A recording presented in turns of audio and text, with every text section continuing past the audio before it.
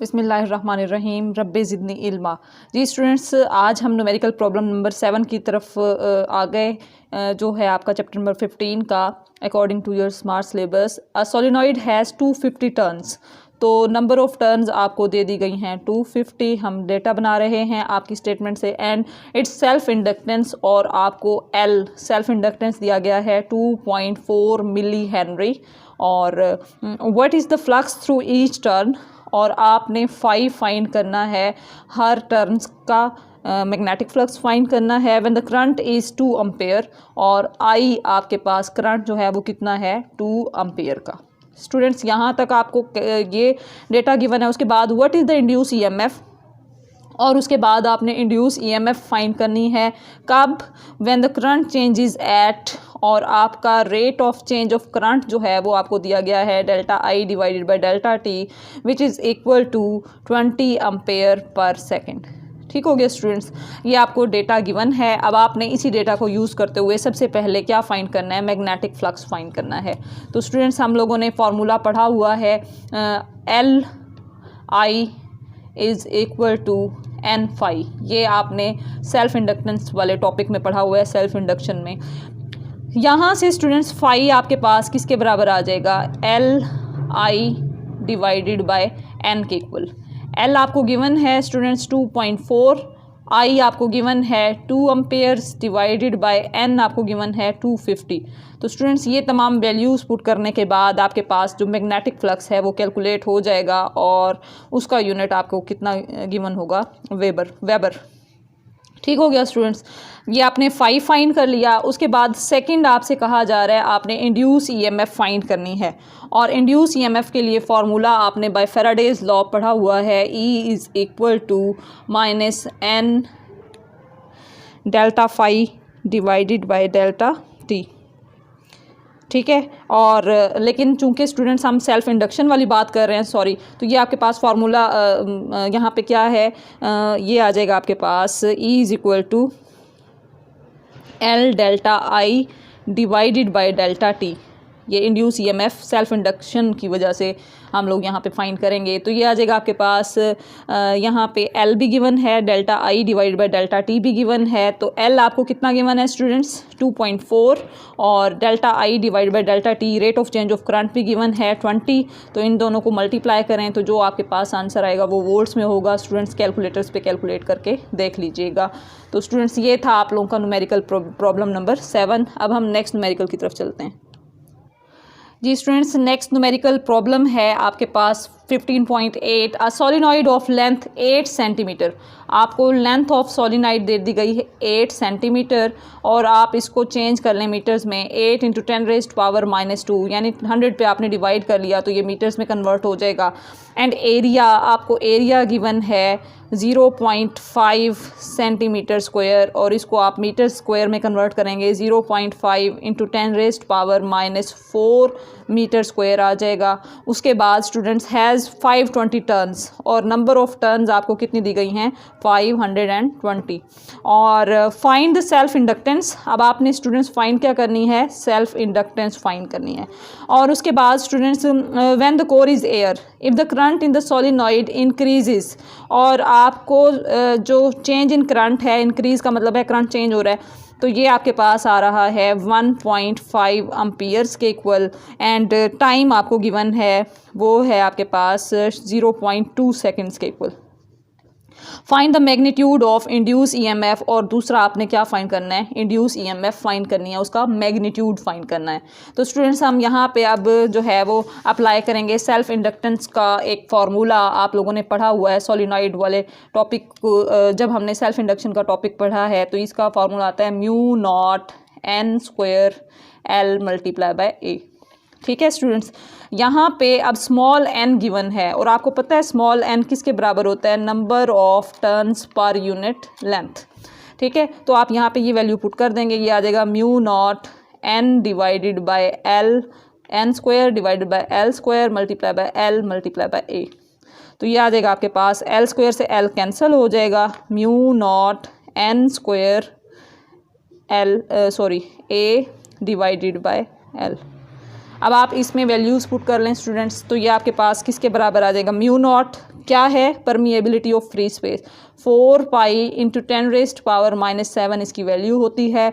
n आपके पास 520 है और इसका स्क्वायर आ जाएगा, और a आपके पास गिवन है 0.5 इंटू 10⁻⁻4 डिवाइडेड बाय l आपको गिवन है 8 इंटू 10⁻⁻2। ये तमाम वैल्यूज़ स्टूडेंट्स पुट करने के बाद आपके पास सेल्फ इंडक्टेंस की वैल्यू कैलकुलेट हो जाएगी, जो भी वैल्यू होगी, और इसका आंसर आपको हेनरी में गिवन होगा। ठीक हो गया स्टूडेंट्स, ये आपने आंसर खुद कैलकुलेटर्स पे कैलकुलेट करके देखना है। अब उसके बाद स्टूडेंट्स आपसे कहा जा रहा है ईएमएफ इंड्यूस कितनी हो रही है वो हमने फाइंड करनी है। तो चलते हैं हम इंड्यूस ईएमएफ की तरफ।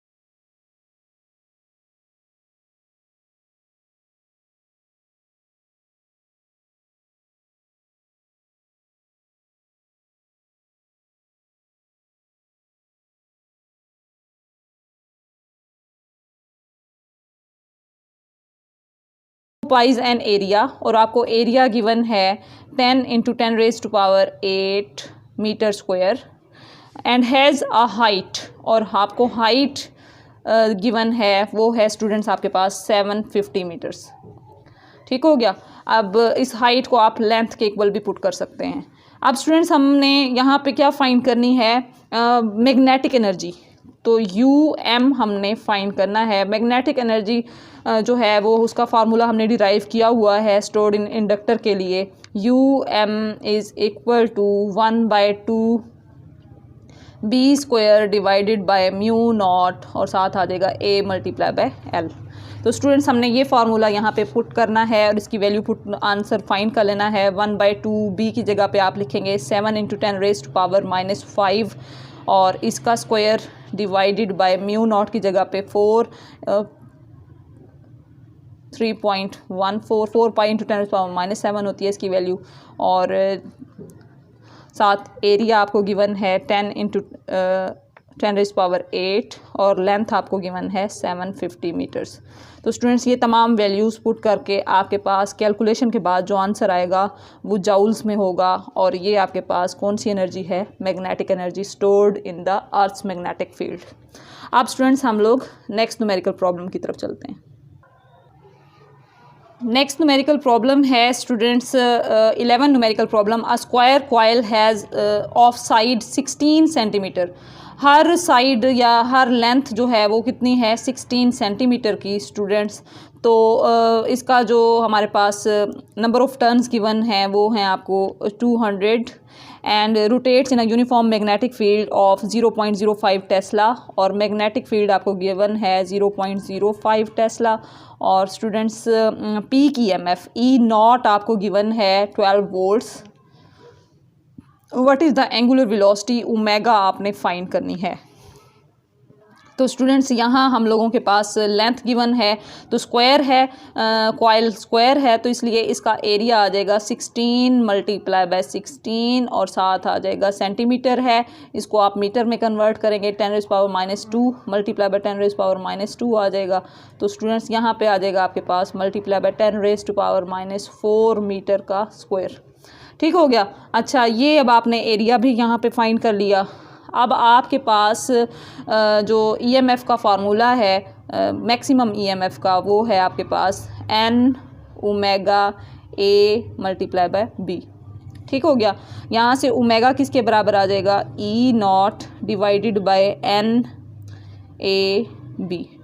E0 स्टूडेंट्स आपको गिवन है 12, और n आपको गिवन है 200, एरिया आपके पास है 16 मल्टीप्लाई बाय 16 इंटू 10⁻⁻⁴, और b आपको गिवन है 0.05 टेस्ला। ये तमाम वैल्यूज़ आप पुट करेंगे तो आपके पास आंसर आ जाएगा ओमेगा यानी एंगुलर वेलोसिटी का स्टूडेंट्स। तो ये हमने न्यूमेरिकल प्रॉब्लम 11 सॉल्व किया, और इसका स्टूडेंट्स हमारे पास यूनिट होगा रेडियन पर सेकंड। ये कैलकुलेशन के बाद आप इसका आंसर फाइंड कर लीजिएगा। नेक्स्ट न्यूमेरिकल प्रॉब्लम की तरफ चलते हैं। नेक्स्ट न्यूमेरिकल प्रॉब्लम है स्टूडेंट्स, वो है 16। A copper ring has a radius, और रेडियस आपको गिवन है 4 इंटू 10⁻⁻² मीटर्स। सेंटीमीटर्स में है तो इसको हम मीटर में कन्वर्ट कर लेंगे। रेजिस्टेंस कैपिटल आर आपको गिवन है 1 इंटू 10⁻³ ओहम। 1 मिली ओहम है तो इसको हम 1 इंटू 10⁻³ ओहम लिखेंगे। टाइम को बचाने के लिए मैं ये स्टूडेंट्स डायरेक्ट लिखती जा रही हूँ। Magnetic field is applied over the ring perpendicular to its plane if the magnetic field increases from B1, दो वैल्यूज़ हैं तो B1 आपके पास है 0.2 टेस्ला, और थोड़ी देर के बाद इंक्रीज़ होके B2 हो जाएगी 0.4 टेस्ला। अच्छा जी, इन अ टाइम इंटरवल, और आपको time interval delta T given है 5 into 10⁻³ seconds. What is the current? अब आपने स्टूडेंट्स क्या फाइंड करना है? आई फाइंड करना है, और आपको चूंकि रिंग बताई गई है, रिंग की नंबर ऑफ टर्न स्टूडेंट्स सिर्फ 1 होती हैं, तो आपने इसकी नंबर ऑफ टर्न हमेशा 1 पुट करनी है। जहाँ पे रिंग का वर्ड यूज़ किया हुआ है उसकी नंबर ऑफ टर्न्स बच्चों कितनी होती हैं? 1 होती हैं। अब स्टूडेंट्स हमने क्या फाइंड करना है? करंट। और करंट के लिए हमारे पास स्टूडेंट्स फार्मूला क्या होता है? आई, यहाँ पे स्टूडेंट मैं करंट का फार्मूला लिख रही हूँ, I is equal to E divided by R। अब रेजिस्टेंस तो हमें गिवन है, लेकिन हमें यहाँ पे E इंड्यूस EMF गिवन नहीं है, तो हम इंड्यूस EMF फाइंड करेंगे, और उसके लिए फार्मूला होता है N delta phi divided by delta T।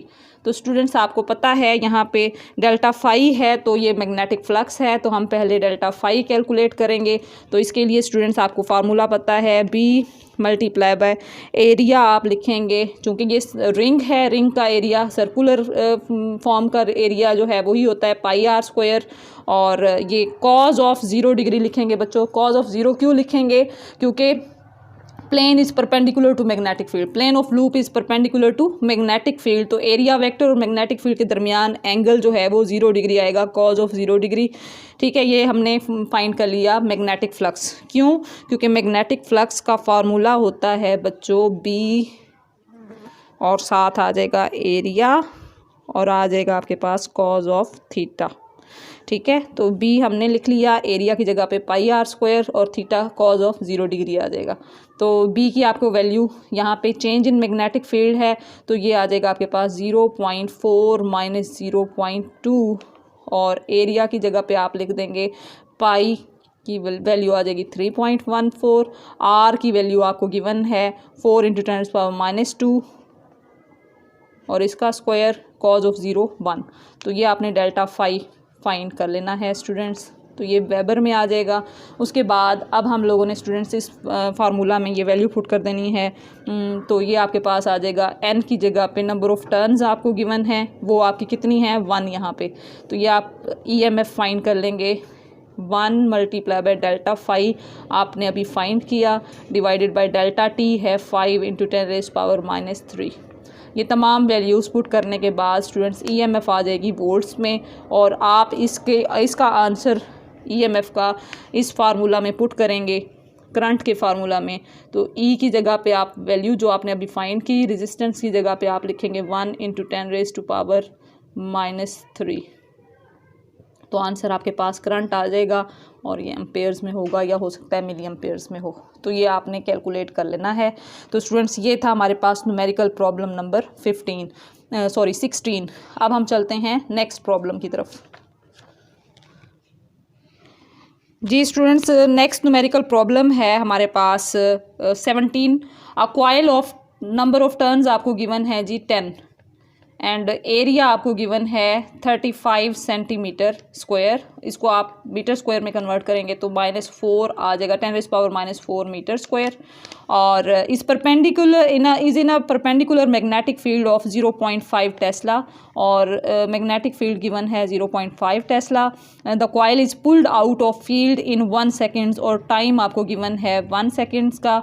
और फाइंड द इंड्यूस ईएमएफ, आपने इंड्यूस ईएमएफ फाइंड करनी है। तो स्टूडेंट्स यहाँ पे फिर से हम फार्मूला अप्लाई करेंगे। E is equal to n delta phi divided by delta t, ये फार्मूला हम अप्लाई करेंगे। स्टूडेंट आप n डेल्टा फाई की जगह पे लिख देंगे delta b multiply by a, और साथ कॉज ऑफ 0 डिग्री आएगा, क्योंकि angle plane of loop is held perpendicular to magnetic field. Area vector और मैग्नेटिक फील्ड के दरमियान एंगल 0 डिग्री आ जाएगा, डिवाइडेड बाय डेल्टा t आ जाएगा। और स्टूडेंट्स आपको पता है n कितना है यहाँ पे 10, b कितना है 0.5, एरिया कितना है 35 इंटू 10⁻⁻⁴, और कॉज ऑफ 0 1 होता है स्टूडेंट्स, और divided by delta t given है आपको 1 सेकेंड्स। तो इन तमाम वैल्यूज़ पुट करने के बाद आपके पास आंसर आ जाएगा वोल्ट्स में। ये थे आपके पास न्यूमेरिकल प्रॉब्लम्स चैप्टर नंबर 15 के। इंशाल्लाह नेक्स्ट लेक्चर में मुलाकात होगी नेक्स्ट चैप्टर के साथ। तब तक के लिए अल्लाह हाफिज़।